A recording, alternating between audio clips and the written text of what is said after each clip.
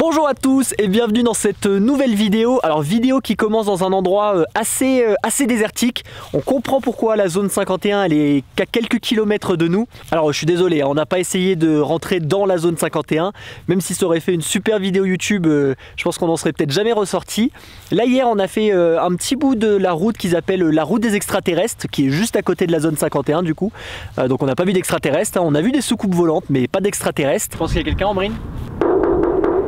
I'm going to build the wall and Mexico is going to pay for it.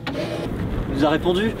Et dans cette vidéo, du coup, on va aller faire un parc national très connu, Death Valley. C'est un des rares endroits sur Terre qui est du coup en dessous du niveau de la mer.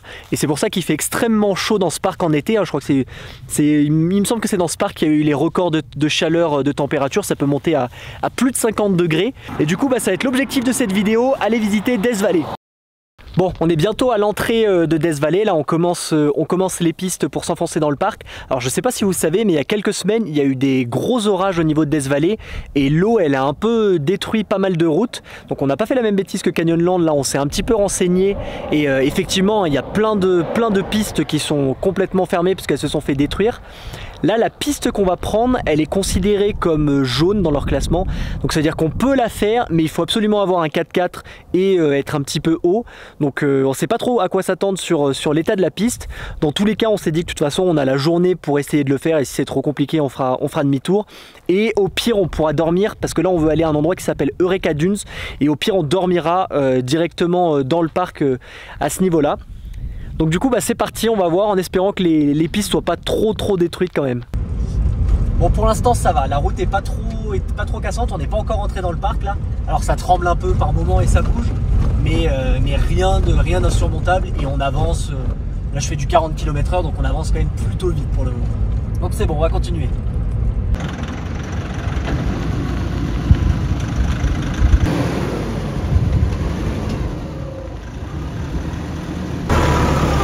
On disait que c'était simple et déjà ça commence à se compliquer.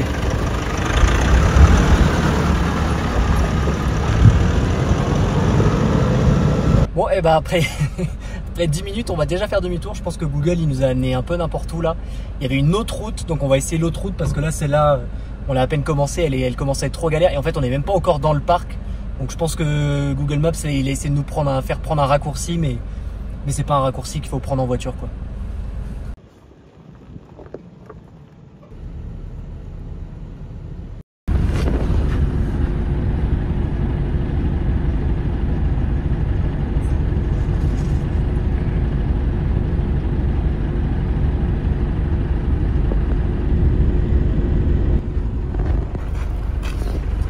Bon, on avait trouvé une nouvelle piste qui s'appelait Eureka Road et on veut aller à l'Eureka Dunes, donc on s'est dit c'est parfait. Je crois qu'on va abandonner nos dunes parce qu'en fait il y avait un autre moyen d'aller dans ces dunes, mais c'est en étant à l'intérieur du parc, sauf que toutes les routes qui mènent à ces dunes quand on est à l'intérieur du parc, là elles sont toutes marquées en rouge, elles se sont fait détruire donc on peut pas les utiliser.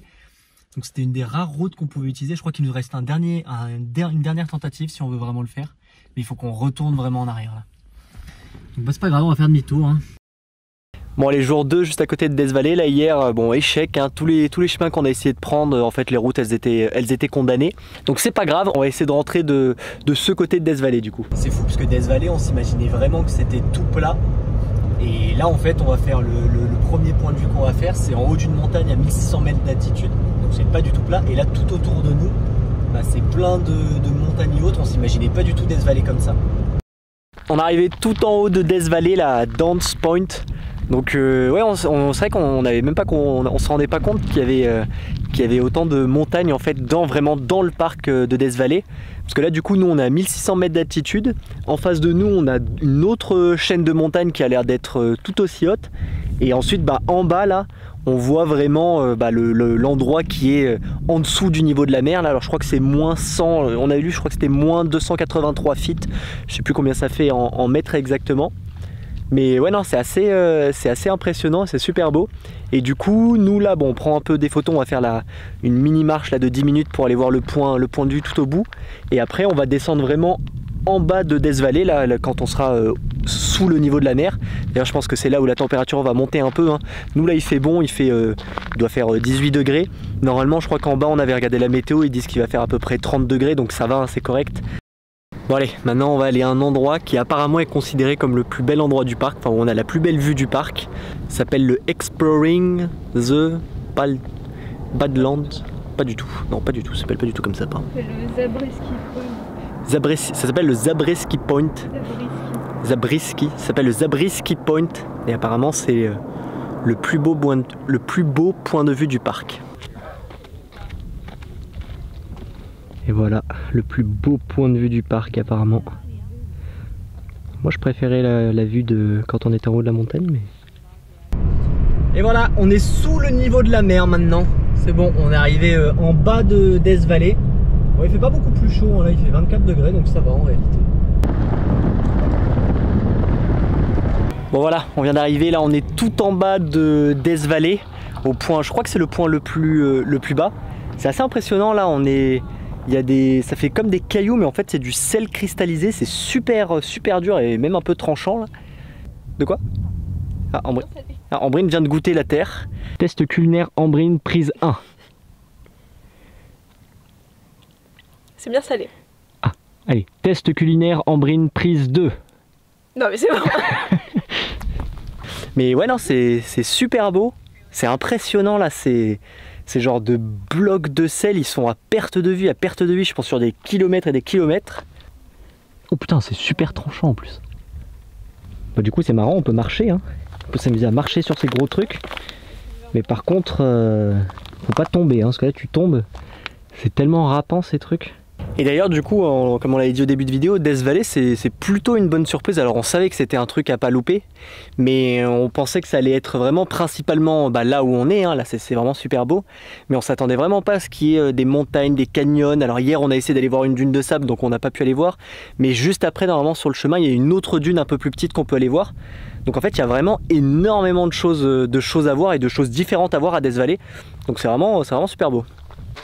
Bon allez, là on est à Badwater Bassin, je crois que c'est là en fait l'endroit le plus bas, à moins 85 mètres par rapport au niveau de la mer. Et là ouais c'est impressionnant, on peut marcher vraiment et s'enfoncer un peu dans ce qu'ils appellent le bassin. Et par contre il fait super chaud, moi j'ai fait la connerie de pas prendre mes lunettes de soleil et ça me défonce les yeux là parce que ça reflète et tout. Donc c'est assez impressionnant. Bon allez, on arrive, on est presque au bout du chemin. On va être au milieu de Death Valley. Voilà, on est arrivé au bout. Maintenant c'est un énorme lac de sel. Ambrine a envie de le traverser en entier. Je lui ai dit que ça allait nous prendre la journée, qu'on allait mourir. Et voilà une des dernières choses qu'on voulait voir dans Death Valley, les dunes de sable. Alors c'est pas les Eureka Dunes, hein. Les Eureka Dunes je crois qu'elles sont quand même un peu plus impressionnantes. Mais celles-là elles sont très belles aussi. Bon mine de rien, là on a quand même eu... Nous on a passé une journée entière dans le parc. Je pense que c'est un parc où on peut y passer 2-3 jours quand tout n'est pas fermé, parce que là il y a vraiment la moitié des routes en fait, la moitié des routes et surtout des pistes qui sortent un peu, elles sont tout est fermé à cause des inondations qu'il y a eu là. Donc c'est un peu dommage, on a loupé quelques trucs, mais je pense qu'on a vu quand même les choses les plus impressionnantes. Donc du coup là on profite un petit peu des dunes et ensuite on reprend la route et on sort de Death Valley de l'autre côté par rapport où on est rentré. Bon allez, on se retrouve 48 heures après notre petite aventure là à Death Valley. Donc à Death Valley il faisait chaud quand même, hein. J'ai dit qu'il faisait 27, en fait il y a eu des moments où il faisait presque 32 degrés. Et là on va changer complètement de température, on est en train de se diriger vers le Sequoia Park, là c'est à 50 minutes d'ici. Et ils annoncent, je crois qu'ils annoncent moins 7 degrés pendant la journée. Et on voulait même aller dormir au niveau du parc hier soir. Mais quand on a vu que dans la nuit il allait faire moins 18, on s'est dit que ça allait être un peu chaud. Donc là du coup on a dormi en dehors du parc, là un petit peu plus bas. On va se diriger vers le parc de Sequoia où il risque de faire quand même un petit peu froid. Et on vient d'entrer aussi officiellement en Californie, hein. Donc Death Valley c'était en Californie. Donc on a fait nos premières rencontres avec des Californiens. Donc bon, pour la plupart ils étaient très gentils. On a rencontré aussi une personne dans une station essence un petit peu étrange. Enfin c'était 2 personnes, il y avait un vieux qui est venu nous dire, juste avant qu'on parte, on avait fait le plan, on était en train de partir, et qui est venu me dire ah mais attention je crois que vous avez laissé votre porte arrière ouverte. Donc je pense qu'il lui il disait ça très gentiment, il n'y avait pas de problème.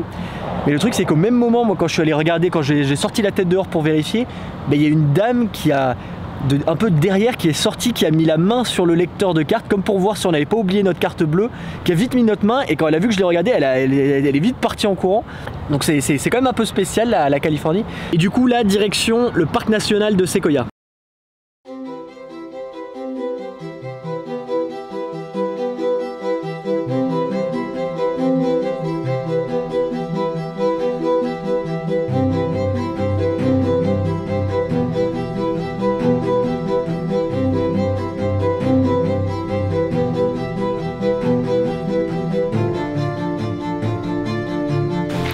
Bon, on vient d'arriver en haut de Sequoia National Park là.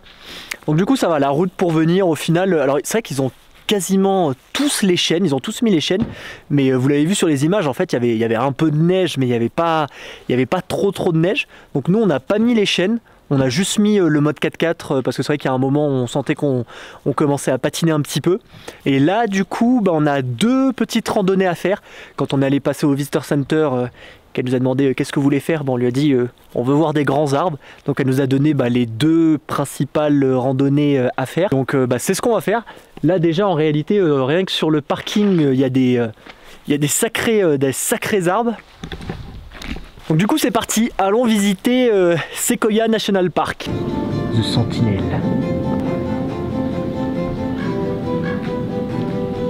Oh, c'est dur de finir ça. Mais allez, c'est parti. C'est parti pour Big Tree Trails. Ça fait 2 km et on marche un peu dans la neige du coup. Ça fait marrant, on s'attendait pas à marcher dans la neige aux États-Unis, mais au final si.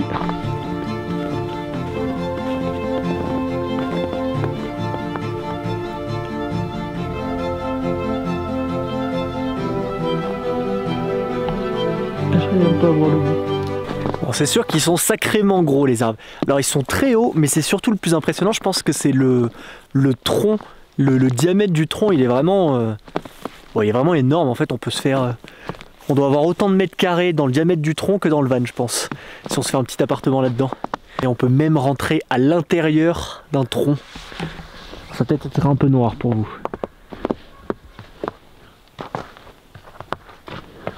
Hop. Bon, il fait noir mais... C'est notre nouvelle cave au cas où il fait trop froid, notre nouvelle grotte. Je sens un ours, j'aimerais me foutre là. Hein.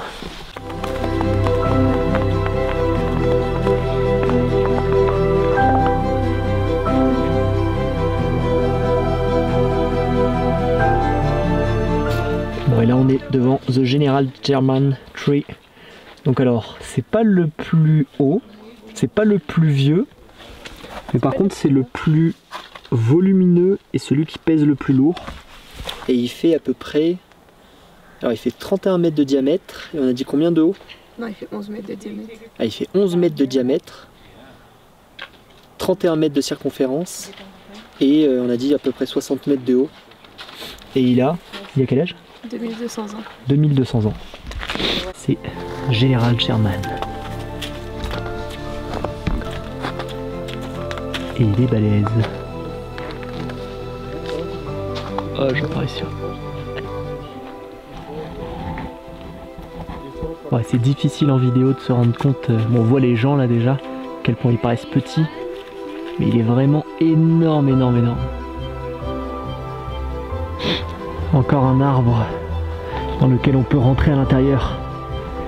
J'ai perdu Ambrine. Mais où est-elle? Où peut-elle bien être? Oh, elle était cachée dans son arbre. Il est grand lui aussi, hein. Bah oui.